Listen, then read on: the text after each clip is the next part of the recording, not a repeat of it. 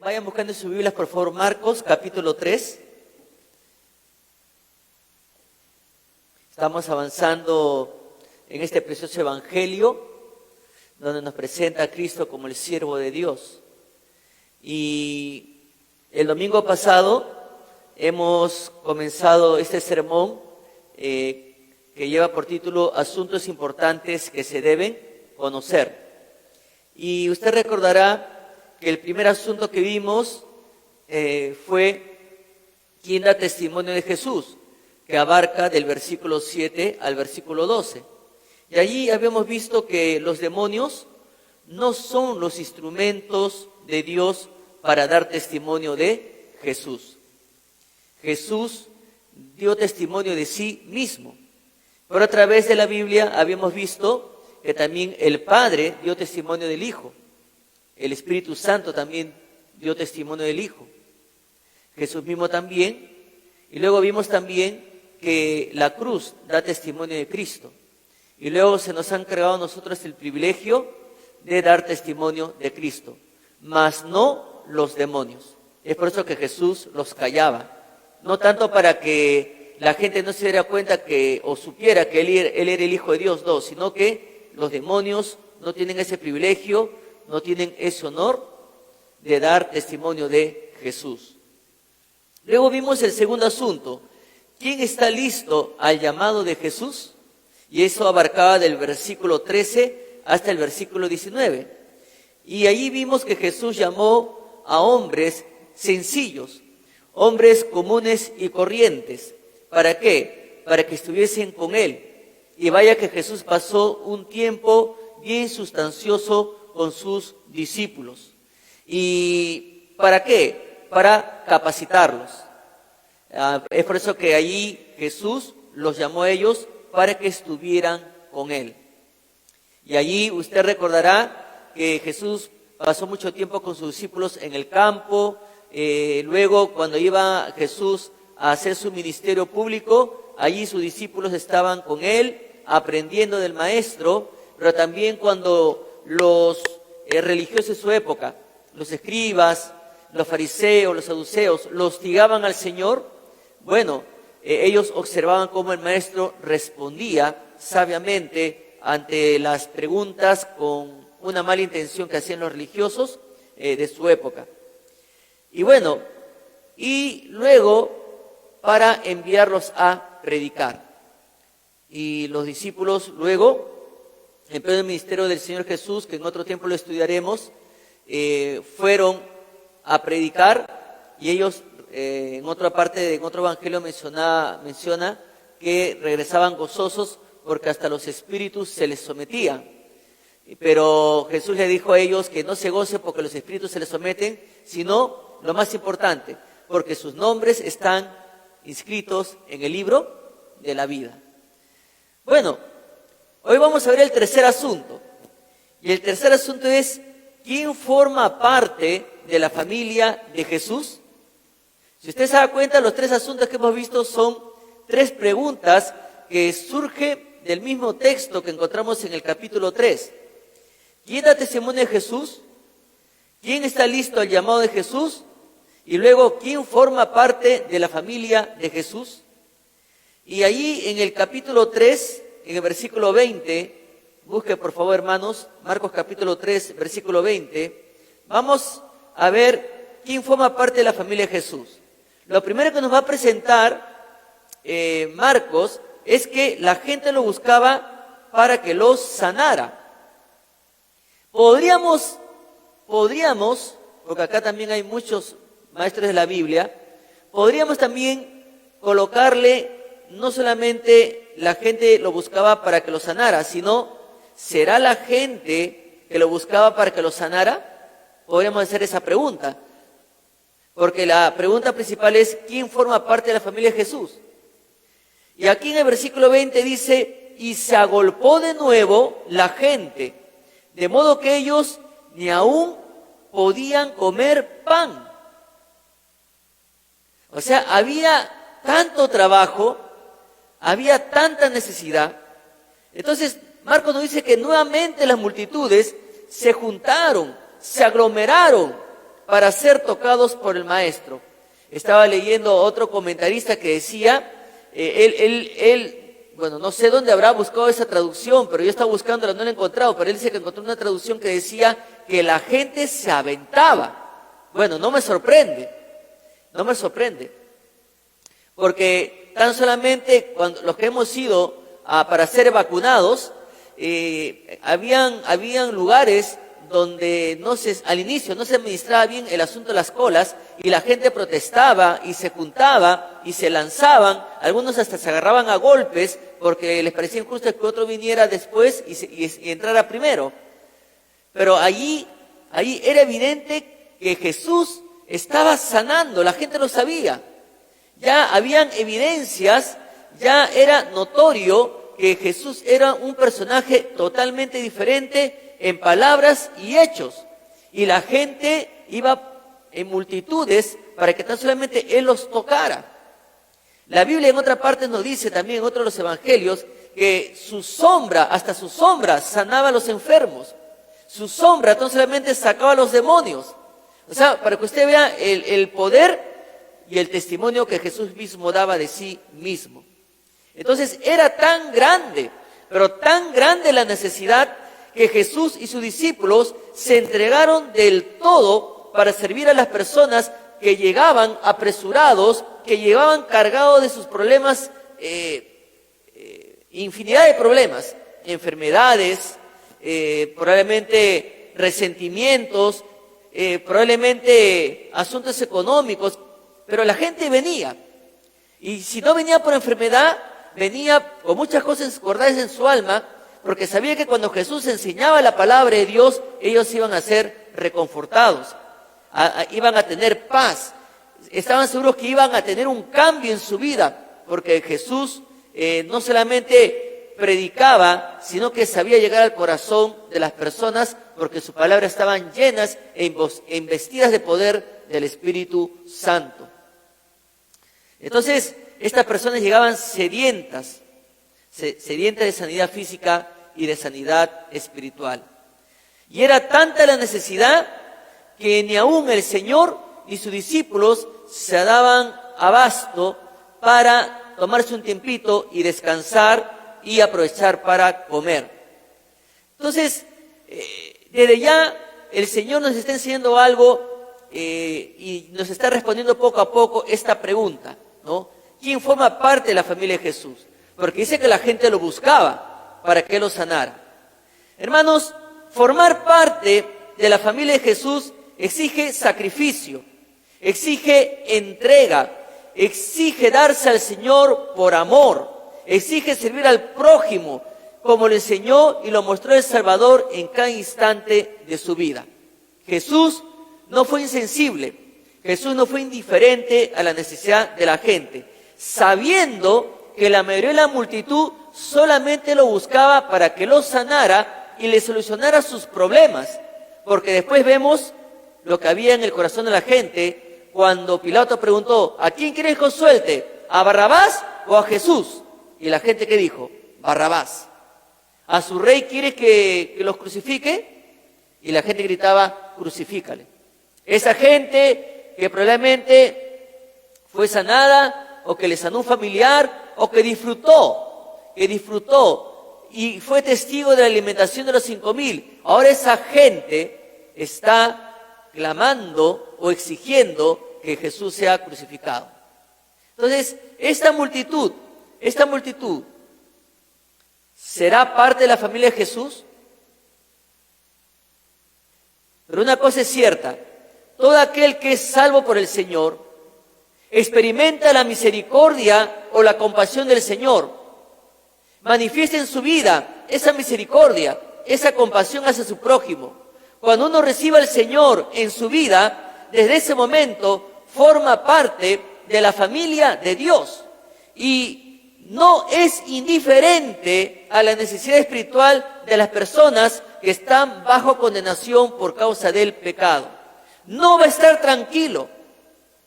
A la medida que vaya creciendo espiritualmente a través del discipulado, esta persona va a ser concientizada por la misma palabra de Dios y ministrada por el Espíritu Santo a orar por las personas que no conocen a Cristo. Va a ser sensible a esta inmensa y grave necesidad de saber de que muchos están condenados a ir al infierno. Y esta persona va a orar, no solamente por sus vecinos, no solamente por su ciudad, no solamente por su país, sino por todo el mundo, porque la orden del Señor Jesús es que demos fruto, que vayamos, pero hasta lo último de la tierra. Entonces, este creyente, a la medida que va creciendo, va descubriendo que no solamente tiene que servir al Señor con esa misericordia, con esa compasión dentro de su iglesia local, sino también mirando hacia afuera. Y va a descubrir que hay una labor misionera que cumple la iglesia también. Y va a comenzar a interceder por los misioneros que la iglesia envía, y va a comenzar a formar parte de esa labor misionera orando y apoyando misiones. Entonces, todo aquel que es salvo por el Señor experimenta pues esa misericordia y esa compasión. Es aquel que a la medida que va creciendo en el Señor, llega un momento que dice: heme aquí, Señor, envíame a mí. No hay necesidad de rogarle, no hay necesidad de hacerle recordar, porque tiene una comunión tan permanente con el Señor que sabe él ya lo que tiene que hacer, porque al estar en comunión con el Señor está en permanente comunicación o conexión con su palabra. Y en la época de Jesús, la gente que realmente lo seguía, la gente realmente que creía en Él, esa gente que creyó en Él, experimentó un cambio en su vida. Y marcó una gran diferencia. Jesús, sus apóstoles y los que creyeron en ellos, marcaron una gran diferencia entre la actitud de los escribas, los fariseos y los saduceos. Porque los escribas o los religiosos de la época se jactaban, se llenaban de orgullo de conocer la palabra de Dios. Estaban tan vanidosos y se creían más sabiondos que el pueblo de conocer la palabra de Dios. Sin embargo, eran insensibles, eran indiferentes a la necesidad espiritual y física de sus prójimos, añadiendo leyes que ni siquiera Dios jamás había dicho, generando una carga muy pesada en el alma de aquellas personas que estaban sedientas de buscar de repente la clemencia o una respuesta de Dios. Pero sin embargo, estos señores usaban la palabra de Dios para humillar al pobre, para humillar a la viuda, para humillar al leproso, para humillar aún más al publicano y a todas las personas que eran consideradas lo peor en la época de Jesús. ¿Quién forma parte de la familia de Jesús? Pues desde ya vamos viendo que aquellos que forman parte de la familia de Jesús, bueno, son aquellos que han conocido al Señor, que lo han recibido en su vida y que producto de ese amor que ellos han recibido de parte del Señor, ellos retribuyen ese amor al Señor, sirviendo y amando a su prójimo como a sí mismo, como lo hizo el Maestro. Lamentablemente, muchos de esta multitud solamente llegaron para recibir algo de Jesús, pero más no para retribuirle algo. En otro momento estudiaremos no recuerdo muy bien si será en el capítulo 4 o en el capítulo 5 de Marcos, donde Jesús va a hablar de la semilla, ¿no? Y las diferentes tierras o diferentes suelos donde cae esa semilla. Entonces, dentro de esta multitud hubo muchas personas con diferentes tipos de corazón. Y cuando Jesús les hablaba la palabra de Dios, bueno, esa palabra caía en buena tierra, caía en buen corazón, digámoslo así. Pero habían corazones con pedregales, con espinos, corazones endurecidos, donde la palabra de Dios no podía crecer, no podía dar fruto. No porque la palabra de Dios careciera de poder, sino porque el ser humano es el que decide en vida si realmente desea que Dios reine en su vida y pasar de muerte a vida. Luego vemos que su familia lo buscaba porque creían que estaba loco. Entonces, ¿quién forma parte de la familia de Jesús? ¿Será la gente que lo buscaba para que lo sanara? ¿Será ahora su propia familia? Sin embargo, acá en el versículo 21, lee usted, dice, cuando lo oyeron los suyos, vinieron para prenderle, porque decían, está fuera de sí. Su propia familia. Y su familia, mis hermanos, al enterarse que Jesús ya tenía discrepancias bien marcadas con las autoridades religiosas y además era seguido por multitudes de personas, provocando que él inclusive dejara de comer, que no tuviera tiempo ni para descansar, entonces los llenó a ellos, a su familia, de mucha preocupación y procedieron a realizar un largo viaje para encontrar a Jesús.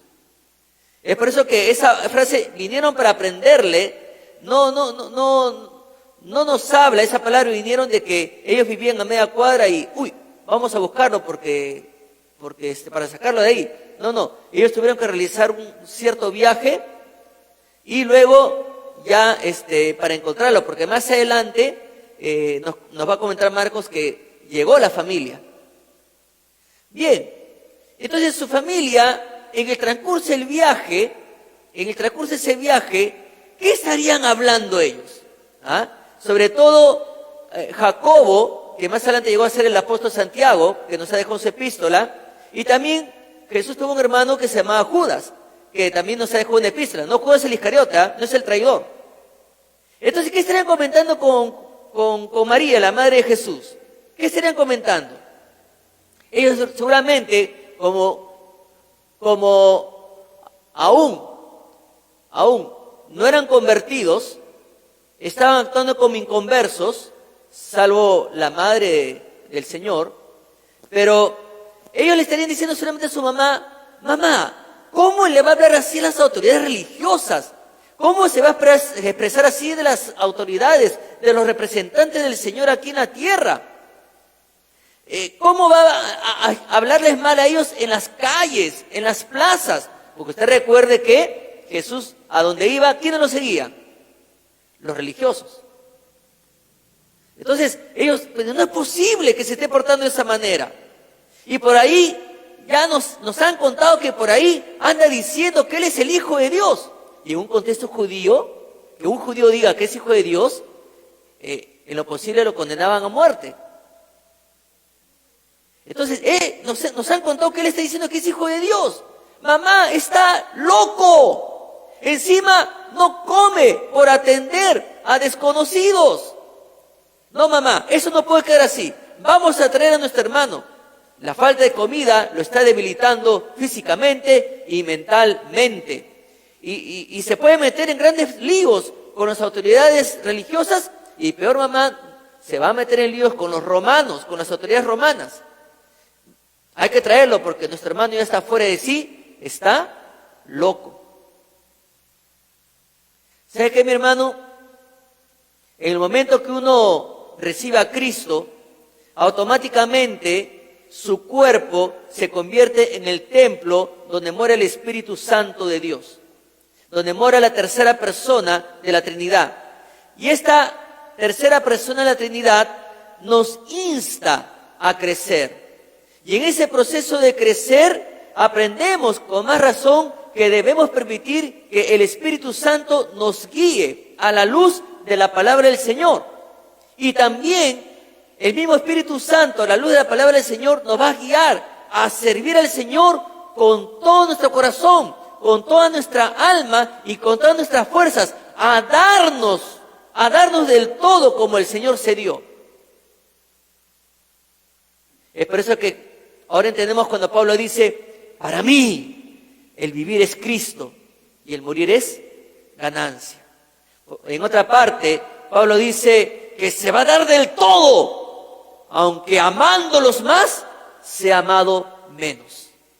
¿Por qué? Porque él había entendido lo importante que es servir al Señor. Entonces, Cuando uno es transformado por el amor del Señor, uno va a querer, mi hermano, servir al Señor y poner en práctica el amor del Señor, sirviendo a su prójimo, ya sea evangelizando, llevando ayuda, capacitándose. El asunto es que uno, cuando es guiado por el Espíritu Santo, su alma de uno no descansa. Y qué interesante, ¿cuántas veces hemos escuchado a tantos pastores, a tantos hermanos, que siempre nos dicen que no bajemos la guardia, que estemos capacitando, que estemos ganando almas? ¿Por qué? Porque el diablo no descansa. El diablo no descansa. El diablo a cada momento está llevándose a gente al infierno. Se está llevando gente al infierno.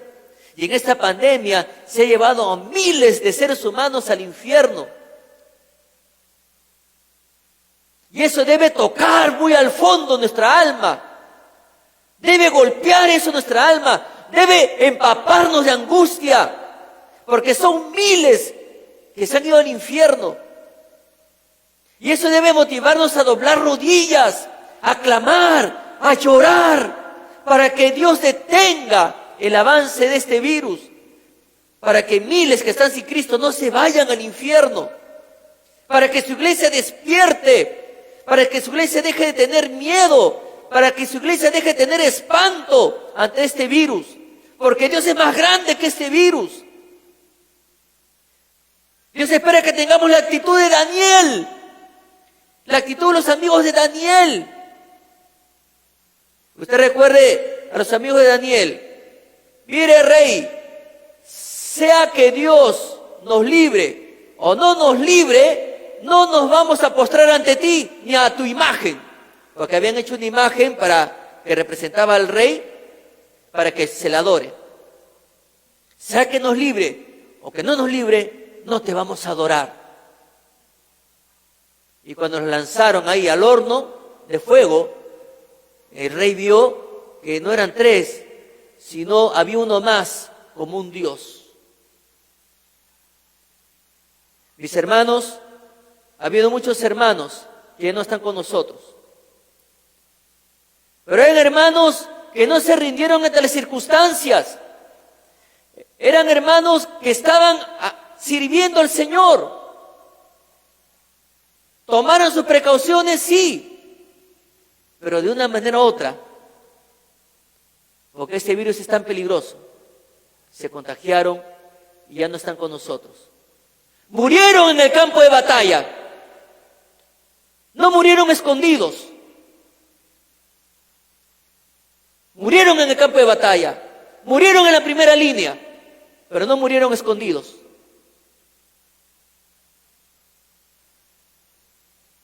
Hemos perdido soldados en combate. No hemos perdido cobardes, sino soldados en combate, en plena batalla.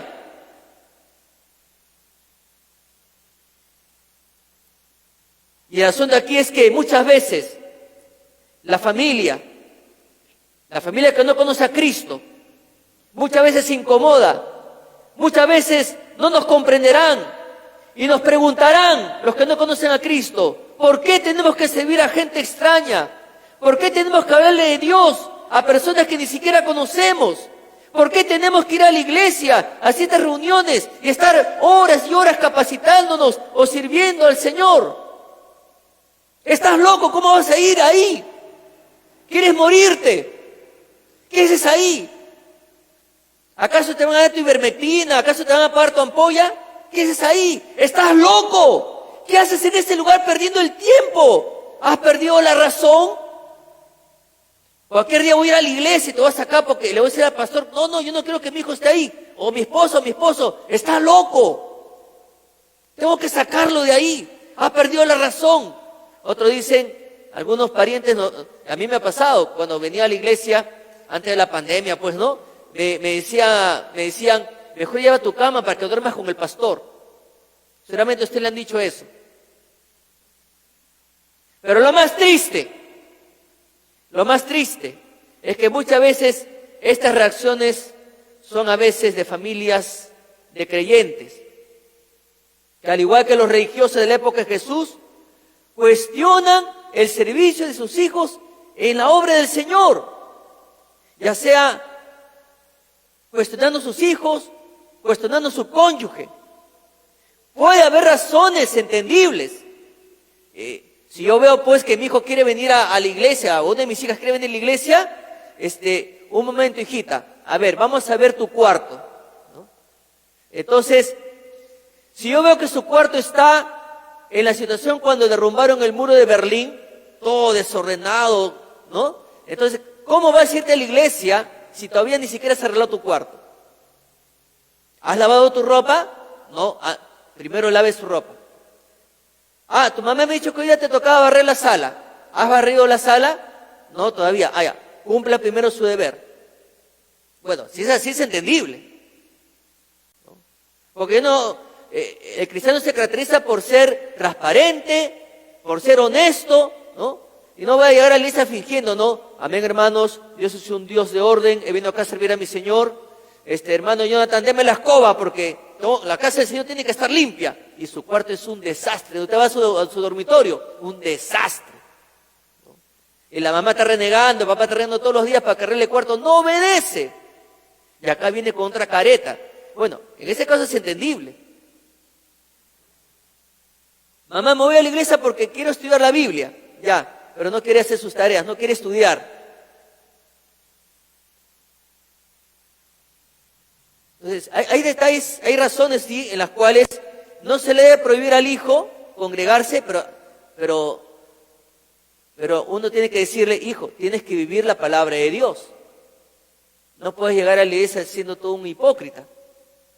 Entonces, uno pues entra, ¿no? Y le hace ver al hijo, ¿no? Y bueno, por mí no hay un problema, ¿no? Anda a la iglesia, sirve al Señor, pero también Dios te ha dado responsabilidades. Arregla tu cama, lava tu ropa, cumple tus tareas, cepíllate los dientes porque desde el lunes no te cepillas, estamos sábado, ¿no? Tus dientes están pero terribles, así es la adolescencia, ¿no? Y bueno, ¿no? Y me enteró que el jabón está resentido contigo porque desde enero no te bañas. O sea, hay que guiarlo, ¿no? Entonces, el hogar está para formar a los hijos. Entonces, puede haber razones entendibles. Pero que un creyente cuestione a otro creyente por su deseo de servir, de imitar a Cristo, es muy triste. Eso se lo entenderíamos a los inconversos. Pero que un creyente cuestione y se incomode porque su hijo, su hija o su cónyuge o su familiar desea entregarse al Señor para servirle, y que lo cuestione y se incomode, eso es muy triste.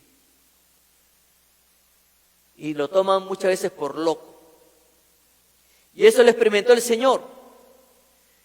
La falta de comprensión de su familia, la falta probablemente de conversión de sus hermanos, o falta de crecimiento espiritual probablemente de sus hermanos, de sus más cercanos. Y en este contexto de pandemia, mi hermano, muchos padres han prohibido a sus hijos que se congreguen presencialmente, pero no les han prohibido que vayan a la marcha contra Merino. Anda, hijito, anda, toma para tu pasaje. Anda, grita ahí, toma tu bandera, lleva tu bandera. Anda, Merino no me representa, grítalo. Anda, ¿no? Papá, lleva mascarilla, no, anda así nomás, da la cara. No les han prohibido que vayan a pasear a Megaplaza, a Plaza Norte. No les han prohibido que vayan a Paseo Colón después de las elecciones para que protesten por el posible o no posible fraude. Ahí han estado amontonados. Les han dado permiso hasta para que viajen. Ahí aplastados en el bus. Anda, organiza tu cumpleaños, hijo, invita a la familia. Y ha habido casos de cumpleaños donde se han contagiado por invitar a familias o ir a participar en cumpleaños y se han contagiado. Anda por aquí, anda por allá, hijito, anda. Sácate el estrés, te veo flaco, desnutrido, te veo cargado. Anda, distráete. Ya, papá, entonces el domingo voy a ir a la iglesia. No, estás loco. Ahí te vas a contagiar. Ahí te vas a morir como la esposa del pastor. Hay que decir así las cosas. Ándate a Megaplaza, ándate al cumpleaños, ándate por acá, por allá, ándate a protestar, pero a la iglesia no vayas, porque te vas a morir, te vas a contagiar.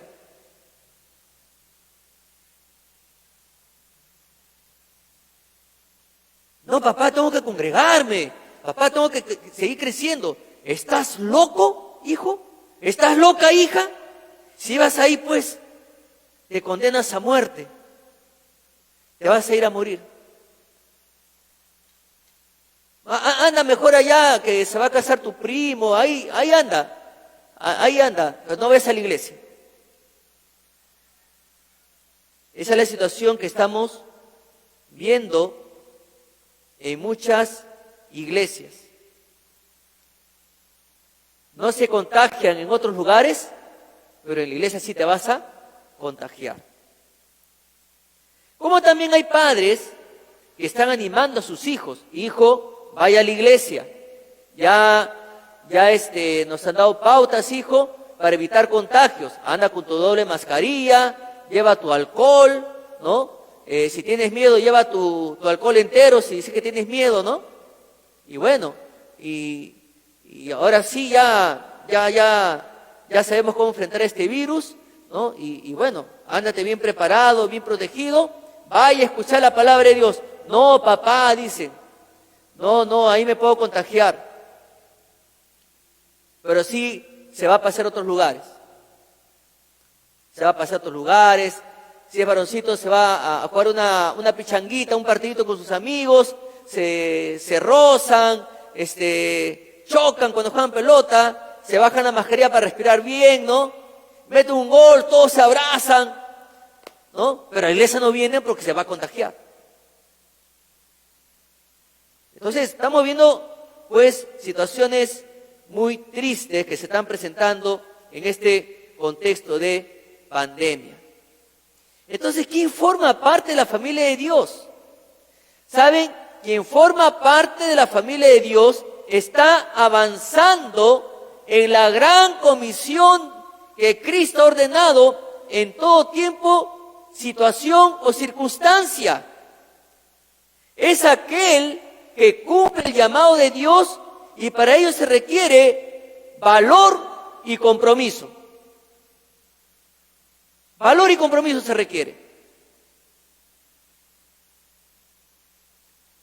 Y qué interesante porque en Mateo capítulo 11, versículo 12, dice lo siguiente: desde los días de Juan el Bautista hasta ahora, el reino de los cielos sufre violencia y los violentos lo arrebatan. Para que le quede más claro, note lo que dice la Nueva Versión Internacional. Desde los días de Juan el Bautista hasta ahora, el reino de los cielos ha venido avanzando contra viento y marea. Y los que se esfuerzan logran aferrarse a él. ¿Va a haber obstáculos para que avance el evangelio? Claro que lo hay. Y acá dice que está avanzando contra viento y marea. Nos ha tocado vivir en ese tiempo, enfrentarnos a un enemigo invisible, el COVID-19, que está matando, y ahora el virus ha mutado y se calcula que se viene una tercera ola. Miren lo que dice otra traducción. Desde que Juan el Bautista comenzó a predicar hasta ahora, el reino de Dios avanza a pesar de sus enemigos. Solo la gente valiente y decidida logra formar parte de él. Entonces, a la luz de esto, uno se pregunta, ¿soy o no soy parte de la familia de Jesús? Porque la familia de Jesús consta de gente valiente y decidida que ayuda a que el evangelio avance contra viento y marea. Es aquel que ayuda a que el evangelio avance a pesar de que hay enemigos. Y en este caso nos ha tocado un enemigo invisible, un virus.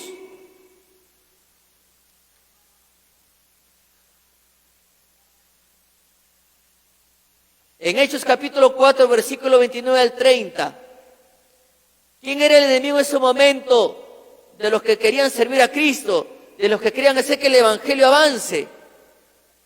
Los religiosos de su época.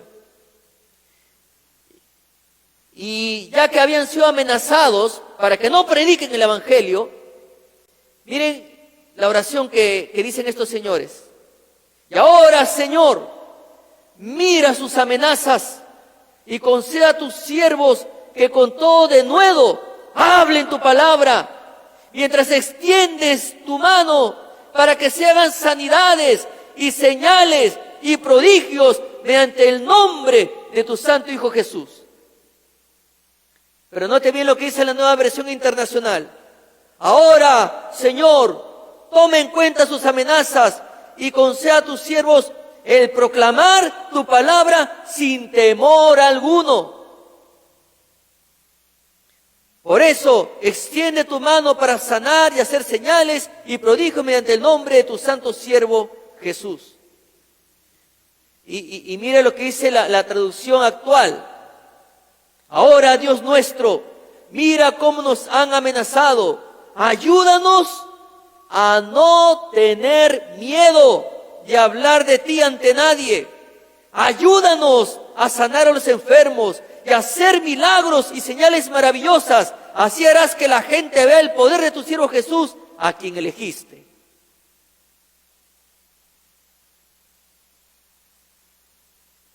El que dice que no ha tenido miedo en este contexto de pandemia es un mentiroso. Todos hemos tenido miedo. Al inicio no sabíamos a lo que nos enfrentábamos. Ahí el año pasado, en el mes de marzo, cuando el presidente anunció que íbamos a comenzar o a entrar en cuarentena, no sabíamos a lo que nos enfrentábamos. Y muchos de nosotros fuimos a los mercados a proveernos de víveres en cantidad porque no sabíamos, y solamente vimos que en otros países los supermercados quedaban desabastecidos. Y nosotros decíamos, seguramente acá va a ser igual.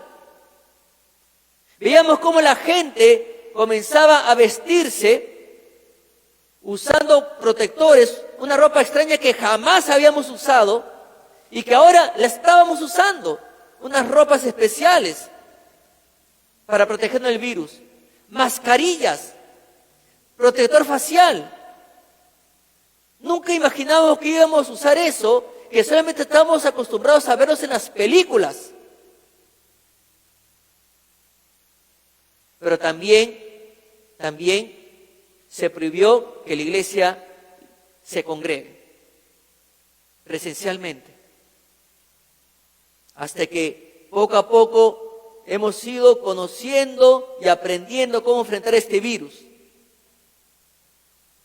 Pero sin embargo, hemos visto, al igual que muchos pastores, no solamente en nuestro país, sino en otros países, todo lo que han hecho para que las congregaciones no dejen de crecer espiritualmente. Y se optó por la mejor opción, la virtual.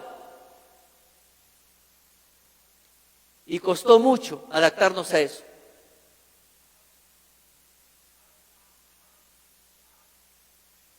¿Por qué?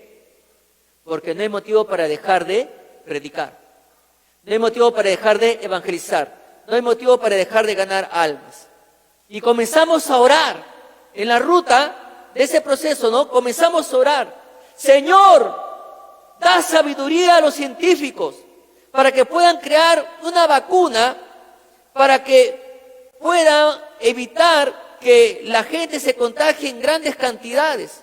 Y orábamos, intercedíamos, orábamos y orábamos. Y llegó la vacuna, gracias a Dios. O crearon la vacuna. Y se comenzó a escuchar noticieros que en otros países ya se estaban vacunando. Entonces comenzamos a orar para que la vacuna llegue al país. Y gracias a Dios llegó al país y todavía hicieron un programa especial para la llegada del primer avión que trae las vacunas. Solamente llegaron 300,000, pero y se hizo un espectáculo inmenso, ustedes recordarán. Pero llegó. O sea, Dios está respondiendo oración tras oración.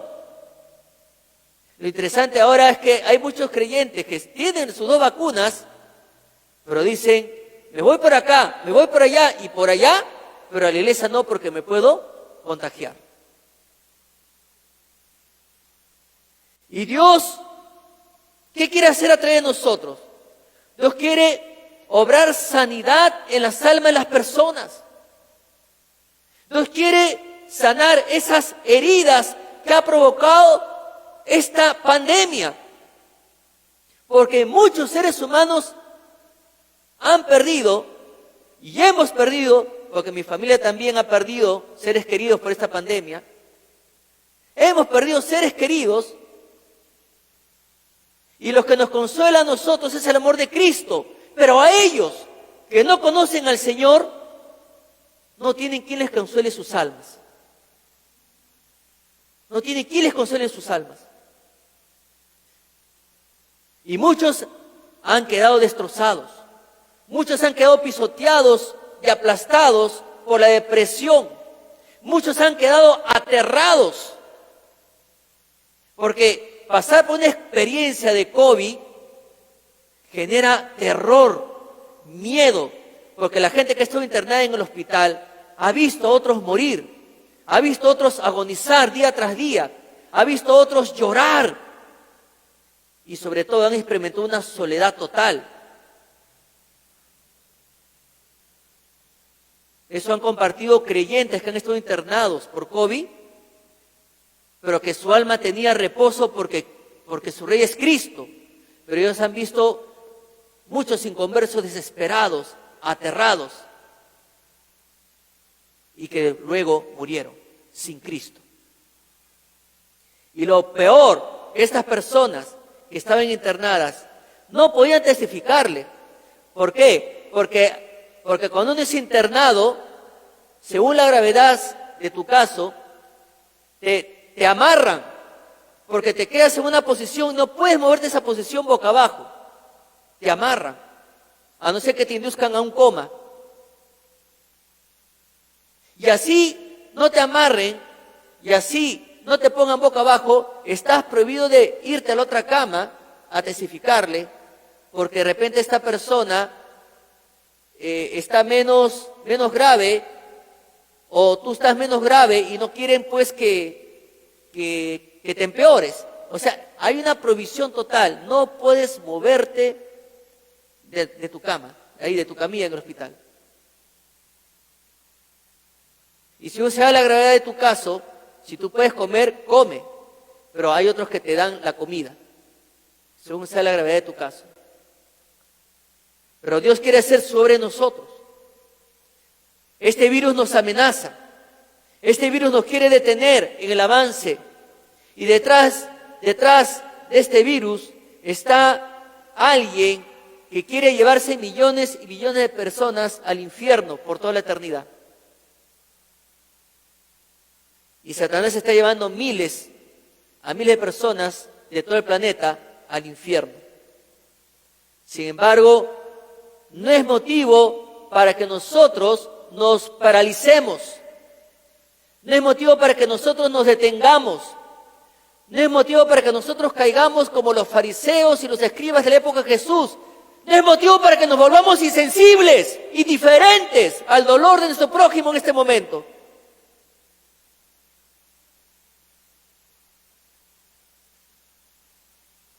Es el tiempo de sentir esa palabra de Cristo y marcar una diferencia antes de que Él ascienda a los cielos, porque la Biblia dice claramente que algunos creían de esos 500, pero otros dudaban.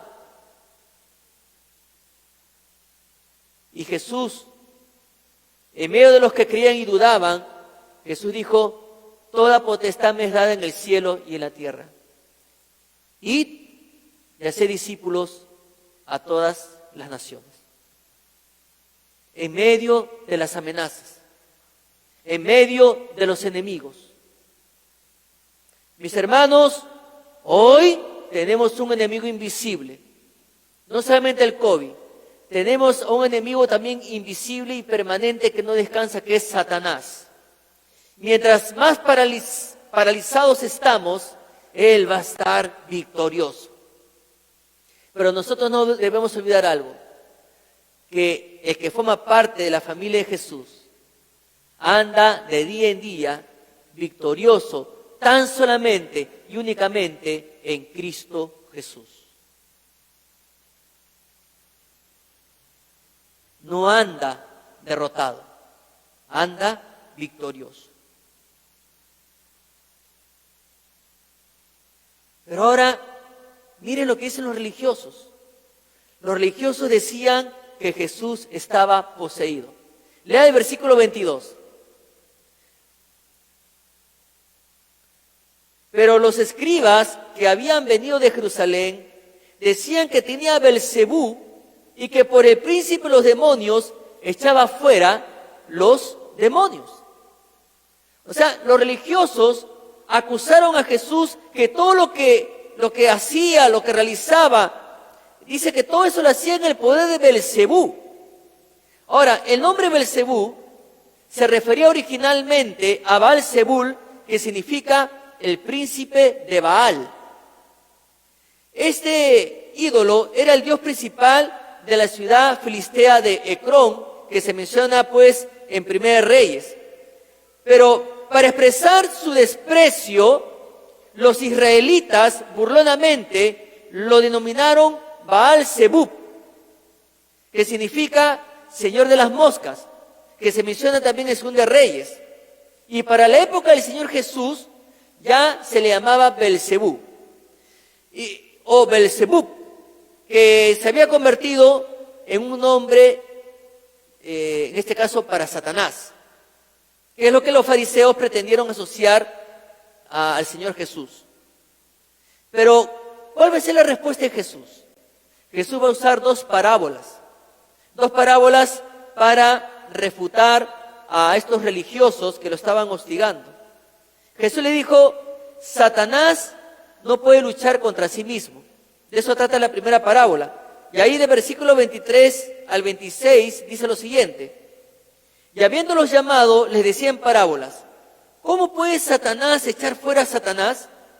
Si un reino está dividido contra sí mismo, tal reino no puede permanecer.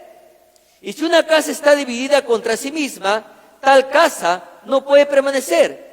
Y si Satanás se levanta contra sí mismo y se divide, no puede permanecer, sino que ha llegado su fin. Mis hermanos, todo reino o casa real que esté en guerra contra sí misma está destinada a hundirse, está destinada a autoderrotarse. Ese principio es igualmente válido al aplicarlo al reino espiritual. Si Satanás estuviera echando fuera sus propios demonios o destruyendo sus propias obras, entonces su reino estaría dividido. Sería como una guerra civil. Entonces Jesús les hace ver a los religiosos cuán equivocados y errados estaban. Ahora, notemos algo aquí importante. El hecho de que Jesús, en este caso, haya desenmascarado, haya enfrentado, haya reprendido y expulsado demonios, proporciona una prueba evidente de que no estaba autorizado por Satanás. Todo lo que Jesús realizó, mis hermanos, todo, desde sus milagros de sanidad hasta la proclamación del Evangelio, todo eso se oponía a los intereses de Satanás, ya que usted recuerde, él vino a destruir las obras del diablo. Ahora, ¿Satanás puede, por ser un creyente? ¿Qué dice usted? Satanás no puede por ser un creyente, no puede. Porque una vez que uno acepta a Cristo, uno se convierte en el templo donde mora el Espíritu de Dios. O sea, en tu cuerpo, mi hermano, es el templo que, o sea, el Señor lo ha convertido tu cuerpo en un templo. En ese templo mora el Espíritu Santo. No puede ser poseído por un demonio. Además, en 1 Juan, capítulo 5, versículo 18, dice, sabemos que todo aquel que ha nacido de Dios no practica el pecado, pues aquel, o sea, Jesucristo, que fue engendrado por Dios, le guarda, o sea, le protege, y el maligno no lo toca. O sea, todos los que hemos aceptado a Cristo, todos los que le pertenecemos al Señor, tantas veces que hemos cantado el signo, ya pertenezco a Cristo, Él pertenece a mí, no solo por el tiempo aquí, sino por la eternidad. Todo aquel que le ha entregado su vida a Cristo, el diablo no lo toca. No puede ser poseído por un demonio.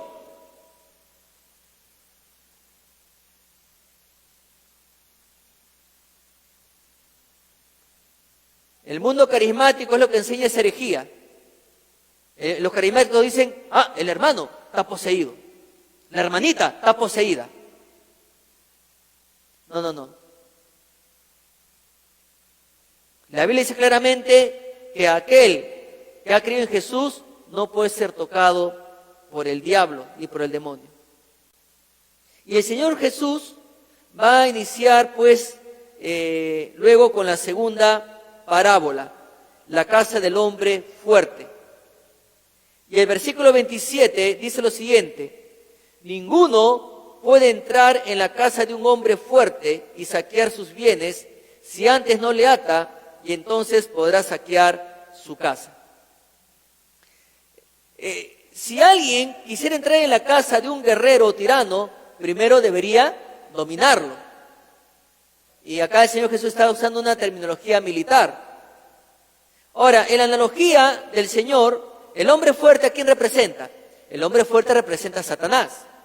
Y la casa de este hombre fuerte consiste que en esa casa están ahí las fuerzas demoníacas, y en esa casa están los seres humanos oprimidos que están bajo su control. Entonces, solo alguien más fuerte que Satanás podría entrar y dominarlo. Y el único que puede entrar, el único que puede penetrar y el único que puede dominar con toda su autoridad y vencerlo a Satanás y rescatar las almas que él tiene oprimida es Dios. Dios es el único. Y nosotros lo sabemos como hijos de Dios. Dios es el único que puede ahí dominar, atarlo y dispersar a sus demonios y liberar a las almas cautivas del reino de las tinieblas. Y eso es lo que confirma el apóstol Pablo a los colosenses. Porque Pablo le dijo a los colosenses, el cual nos ha librado de la potestad de las tinieblas y trasladado al reino de su amado Hijo. Ahí en Colosenses capítulo 1, versículos 13 y 14.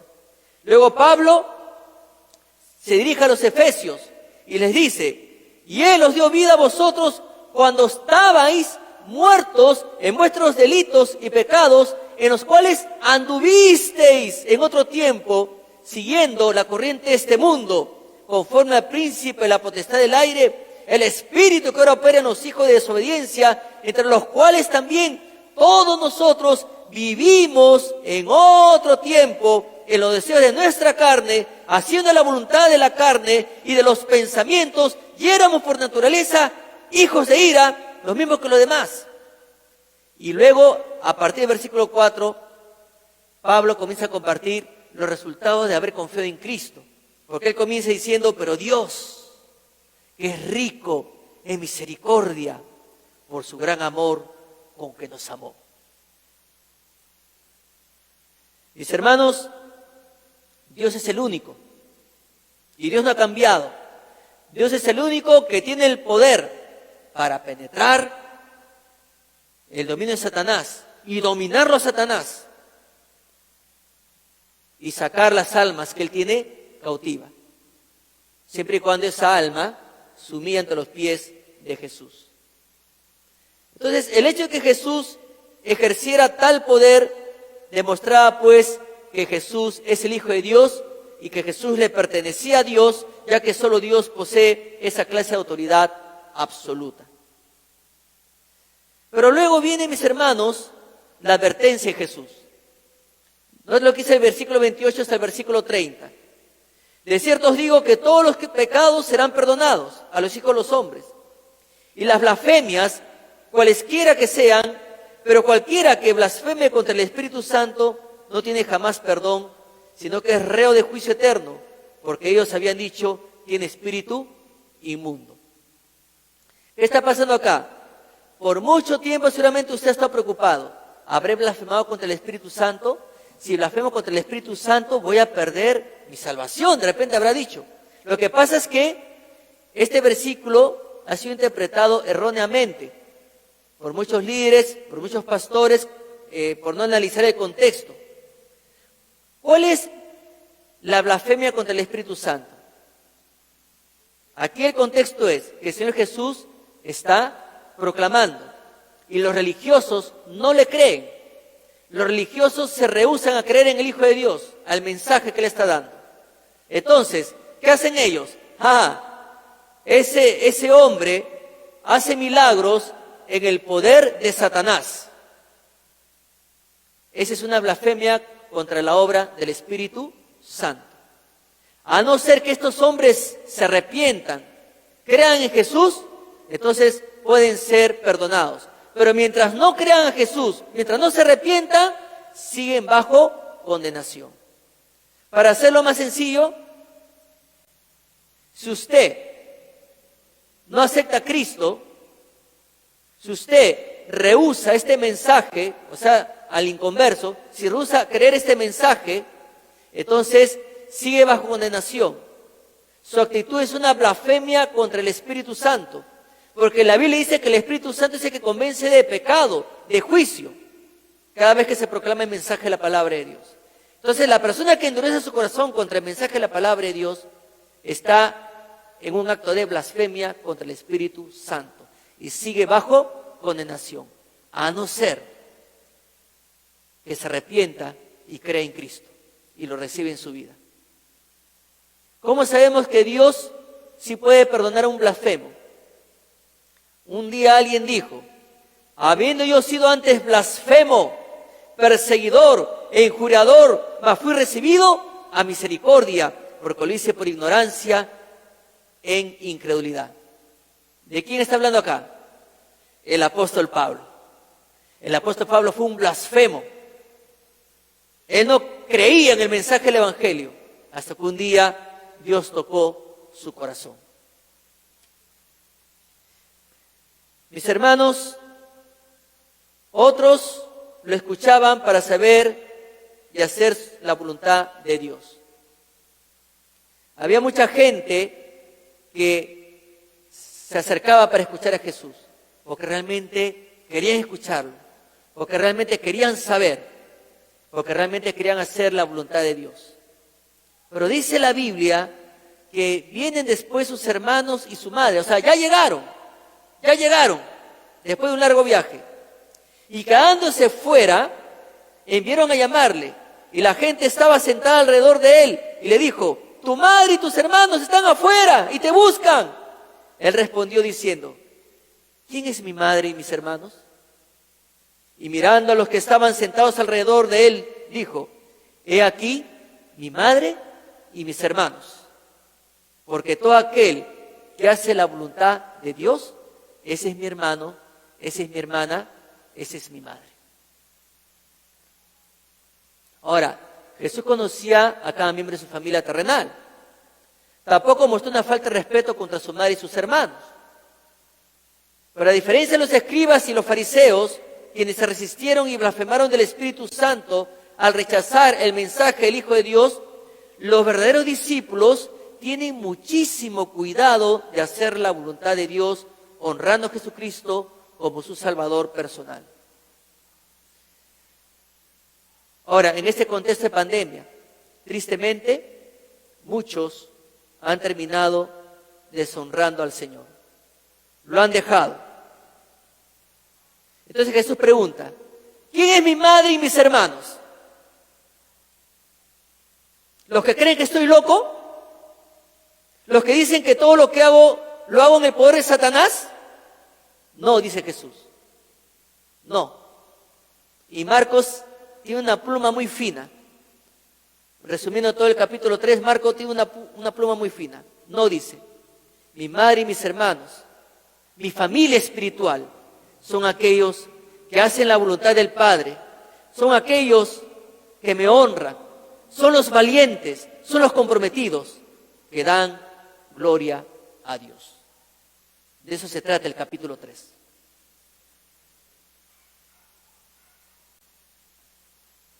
Y yo te pregunto en esta mañana, sobre todo tú que estás ahí en tu casa, que ya tienes las 2 vacunas, que te vas a otros lugares de repente, pero no vienes acá a la iglesia porque te puedes contagiar. ¿Eres de la familia de Jesús? Si eres de la familia de Jesús, demuéstralo, porque acá Jesús nos está dando una gran lección en el capítulo 3. Y seguramente te vas a ofender por las palabras tan fuertes que he mencionado en esta mañana. Pero ¿sabes qué? La Biblia me dice que es mejor que tema a Dios antes que a los hombres. Y he aprendido que cuando uno predica la pura y santa voluntad de Dios, no es para agradarte a ti, no es un mensaje para que a ti te guste. No, todo lo que sea tiene que ser para agradar a Dios por tu bien. Porque si predico para tu gusto, te hago un gran daño. Me convertiría en un predicador farsante, un predicador solamente tipo show nada más. Pero lo que estoy predicando es simplemente lo que enseña la palabra de Dios. ¿De qué familia eres? Si eres la familia de Jesús, es tiempo de despertar y ya dejarse de adormecer por Satanás.